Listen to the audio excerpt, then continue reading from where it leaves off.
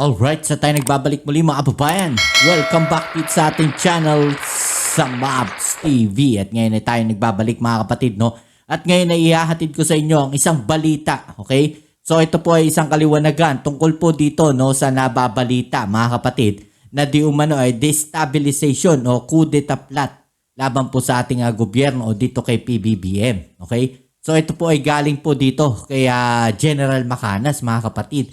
Siyempre, bago natin umpisan yan, don't forget to subscribe po dito sa ating channel at i-click ang notification bell para updated kayo palagi sa mga latest reaction video, no? At mga balita na ating hinahatid po sa inyo mga kapatid at mga kababayan, okay?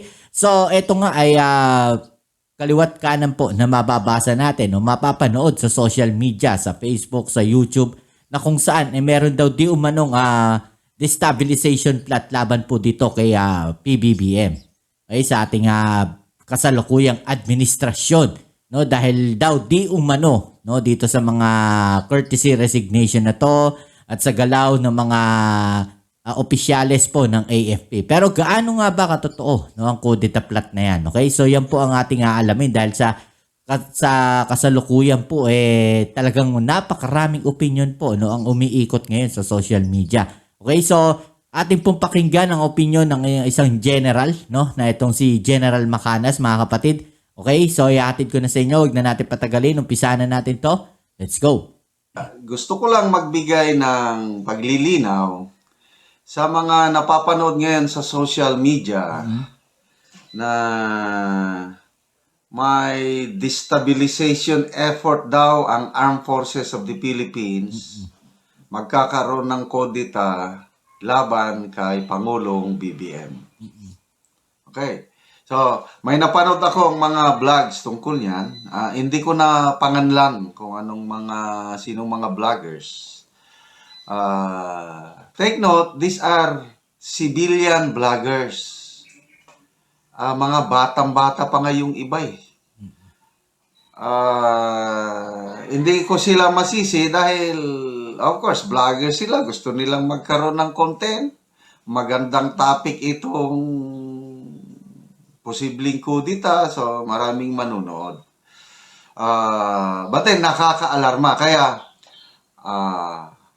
ako bilang retired general, marami akong kontak sa loob.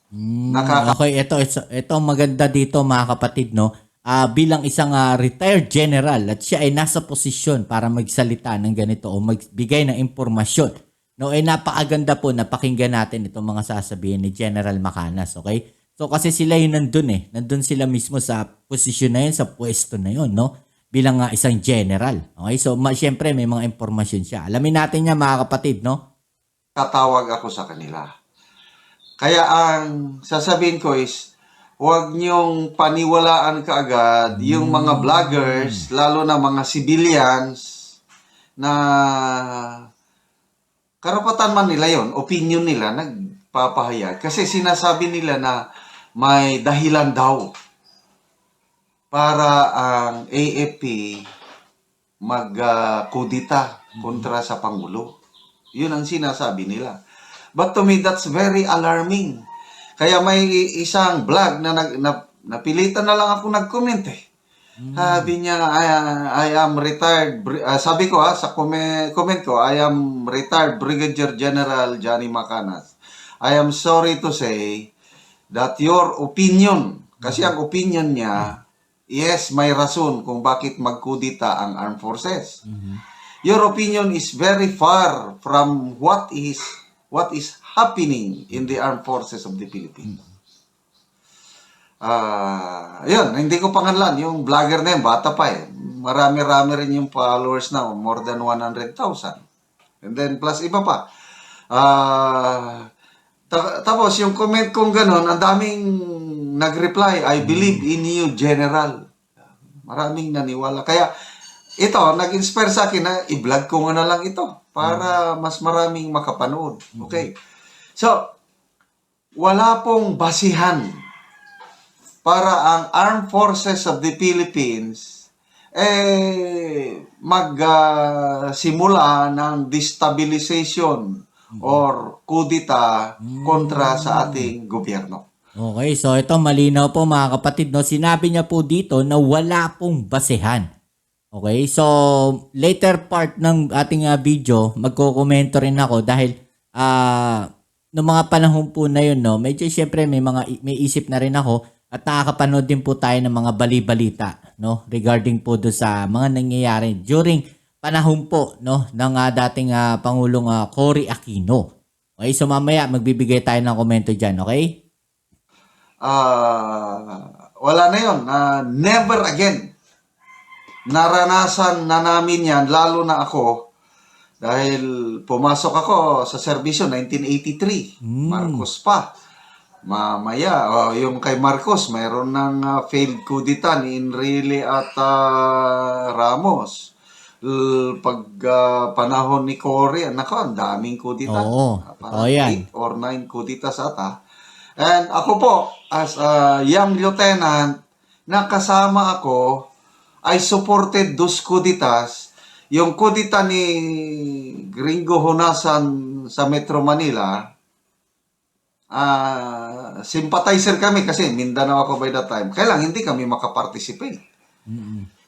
Kaya lang, noong 1989, yung bloodiest kudita, ang aming unit, sumama kami, sa Cebu kami. Napadpad. Kaya nagkaroon ng stand-off sa yung Mactan Bridge. Kami yun. Okay. And then, noong 1990, yung infamous mutiny ni Colonel Alexander Noble dito sa Cagayan de Oro, sa Camp Evangelista, kasama rin ako doon. Kaya ako, I am talking about experience. Suma total, ang lesson namin sa Armed Forces, kudita, destabilization attempt is not good for our country. Good. Oo, tama. Kaya, lalo na itong sina General Bacaro, General Centino, mga kudita babies ito kasi kagagraduate nila, ang bumungad sa kanila yung mga kuditas noong panahon ni Cory. Naranasan nila yan. Ayan, si General Azurin sa PNP, 89 yan. Naranasan nila yung kudita. Again, based from my experience, our experience sa AFP, including PNP, hindi po maganda ang kudita. Ang daming napahamak na mga sundalo at pulis na sumama. Ang daming natanggal sa serbisyo, nakulong dahil sa kudita na yan. At ang ating ekonomiya, panahon ni Cory, dahil sa kudita na yan, bumulusok. Mabuti na lang, pag-abot ni former President Ramos, maganda yung ginawa niya. Okay? In fairness kay Tabaco, ang isang legacy niya is, yung binigyan niya ng amnesty. Pinatawad niya lahat ang mga sundalo na nag-lead ng kudita. Isa na yan, yung kasalukuyan ngayon na peace advisor, si Secretary Galvez. Kudita boys yan. Kaya lang pinatawad ni Ramos. So ngayon, napakinabangan siya ng gusto ng ating gobyerno. So, maraming mga na-involved sa kudita noon na nagbago na at halos kami lahat nagbago na. Kaya, huwag po kayong maniwala. Walang rason. Okay? Panahon ni Cory, yun. Ang daming rason para magkudita dahil inefficient na presidente si Cory. Hindi naman ganyan ka-inefficient si PBBM. Okay? Ako, personally, okay pa rin yung performance niya sa president. Silang dalawa ni BP Sara. I'm sorry kasi may nananawagan na pababain na si PBBM, take over na si Sara. To me, hindi pa. Dalawa man lang ang nakita kong medyo yung performance ni PBBM na hindi maganda. Itong handling ni Rimulya sa Bantag case. Maraming dismayado niyan. Isa na ako. Tapos itong handling ni Secretary Abalos at General Azurin sa droga, including PDEA. Maraming discouraged, dismay, ako rin. Yun lang. All others, economy, foreign relations, okay pa rin ang ating presidente. Okay? So, ulitin ko, yung sinasabi ng mga vlogger na dahil daw divided na ang loyalties ng mga sundalo dahil natanggal si General Bacaro at ibinalik muli si General Centino. Napakalit na dahilan yun. Okay? Hindi yun rason. Masakit para kay General Bacaro yung nangyari. Yun ang isang medyo mali ni Presidente. But then, to me, in the first place, mali yung ginawa niya na pag-appoint noon kay General Bacaro kasi nandyan pa yung 4-star general na si General Centino. Hindi naman magre-retire si Centino. Ayaw man niya dahil matagal pa bago mag-retire. Within this year pa or early next year. I'm not sure, basta matagal pa. Kaya, hindi maganda yung nandyan si Bacaro, 3-star general. Oo. Tapos mayroong isang 4-star general na floating, si Centino. Okay. So, yung pala yung dahilan nun, mga kapatid, no? Floating pala itong si General Centino. Kaya siguro ganun ang ginawa ng ating Pangulo. Okay, so since floating ka, ikaw na yung ipapalit ko dito, no? Kay General Bacaro. At saka mas mataas yung posisyon. Baga, 4-star general nga, no? Okay, so mas malinaw na ngayon sa atin, mga kababayan, no? Na ganun yung naging senaryo na may dahilan pala itong ating Pangulo bakit niya pinalitan, okay? Yung mga nasa posisyon sa AFP. in the first place, mali yung pag-appoint kay Bacaro noon as chief of staff habang hindi pa nagre-retire si Centino. Ngayon, kinorek lang ni PBBM yung maling ginawa niya kaya tuluyan ng pinaretire si Bacaro para tuloy-tuloy na si Centino mag-serve kasi siya talaga ang 4-star general. Okay. Ang batas po natin, isa lang ang 4-star general. Tapos, may batas na he will serve a fixed 3-year term. Yun, kinorek lang ni PBBM. Kaya, although nasaktan si General Bacaro, ako rin, nag-sympathize ako kay General Bacaro dahil very qualified po si General Bacaro. He is a Medal of Valor awardee. He deserves to be the FP Chief of Staff. Kaya lang nagkataon na nandyan yung classmate niya, si General Centino, na equally deserving. Kilala ko yung dalawa na yan, lalo na si General Centino. I have worked with him dito sa Mindanao. He is so passionate to solve the local communist armed conflict. Kaya yung medyo nasaktan ba ng mga sundalo na nawala si General Bacaro, normal lang yan na masaktan kami. Kaya lang, yung loyalty namin hindi kay Bacaro, hindi kay Centino, kundi ang loyalty ng inyong makasundaluhan, una, God, country, and people. Yun po ang aming loyalty. Okay? Alright, so yan mga kababayan, no? So ngayon at least mas malinaw na para sa atin, no? Kung bakit ginawa ng ating Pangulo yung ganong pagpapalit po ng mga head dito sa hanay ng AFP. Okay, so yung tungkol naman doon sa kudeta noong panahon po ni Cory Aquino, talagang sinabi nga po, no, ng isa sa mga nanguna nun, no? Diyan sa mga kudeta na yan, kundi si Gringo Honasan. 'Di ba?